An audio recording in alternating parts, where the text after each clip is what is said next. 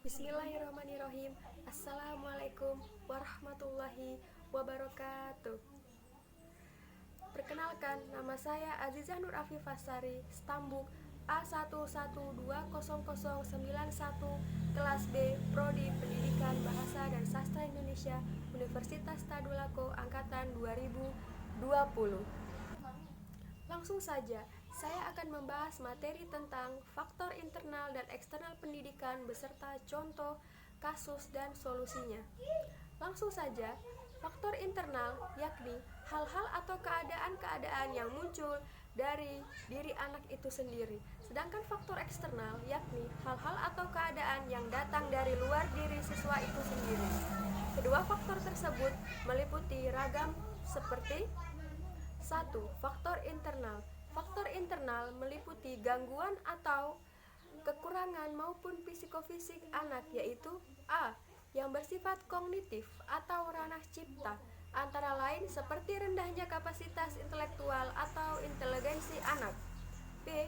Yang bersifat afektif atau ranah rasa, antara lain seperti labilnya emosi dan sikap. C. Yang bersifat psikomotor atau ranah karsa, antara lain seperti terganggunya alat-alat indera penglihatan dan pendengaran seperti mata dan telinga. Selanjutnya, yang kedua, faktor eksternal. Faktor eksternal meliputi semua kondisi lingkungan sekitar yang tidak mendukung aktivitas belajar seorang anak. Dan faktor-faktor tersebut meliputi faktor-faktor lingkungan ini diantaranya A. Faktor keluarga atau lingkungan keluarga. Contohnya, ketidakharmonisan hubungan antara kedua orang tua dan rendahnya kehidupan ekonomi keluarga. Selanjutnya, B. Lingkungan sekitar dan masyarakat. Contohnya, wilayah perkampungan yang kumuh dan teman sepermainan yang nakal dan susah untuk diatur. Yang C. Lingkungan sekolah. Contohnya, kondisi dan letak gedung sekolah yang buruk seperti dekat dengan pasar, kondisi guru, dan alat-alat pendukung sarana belajar masih berkualitas rendah. Selain faktor-faktor yang bersifat umum di atas, ada faktor-faktor lain yang juga menimbulkan kesulitan anak untuk belajar. Diantaranya faktor-faktor yang dapat dipandang sebagai faktor khusus ini ialah sindrom psikologis berupa ketidakmampuan belajar, atau sindrom yang berarti suatu gejala yang muncul sebagai indikator adanya kenormalan psikis yang menimbulkan kesulitan belajar itu sendiri terdiri atas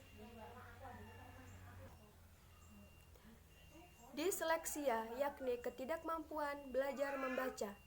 Yang kedua, disgrafia, yakni ketidakmampuan belajar menulis. Yang ketiga, diskalkulia, yakni ketidakmampuan belajar matematika.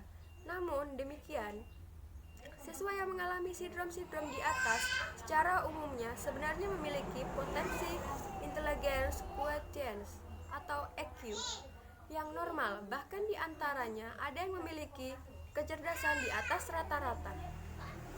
Oleh karenanya, kesulitan belajar siswa yang menderita sindrom-sindrom tersebut mungkin hanya disebabkan oleh adanya minimal brain dysfunction yang gangguan ringan pada otak.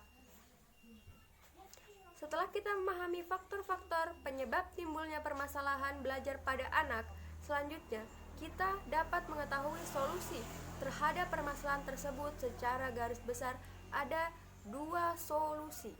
Solusi yang pertama, solusi sistematik. Solusi sistematik yaitu solusi dengan mengubah sistem-sistem sosial yang berkaitan dengan pendidikan. Seperti diketahui, pendidikan sangat berkaitan dengan sistem ekonomi yang diterapkan. Sistem pendidikan di Indonesia ini diterapkan dengan konteks sistem ekonomi kapitalisme yang berprinsip antara lain meminimalkan peran dan tanggung jawab negara dalam urusan publik termasuk pendanaan pendidikan. Yang kedua, solusi teknis.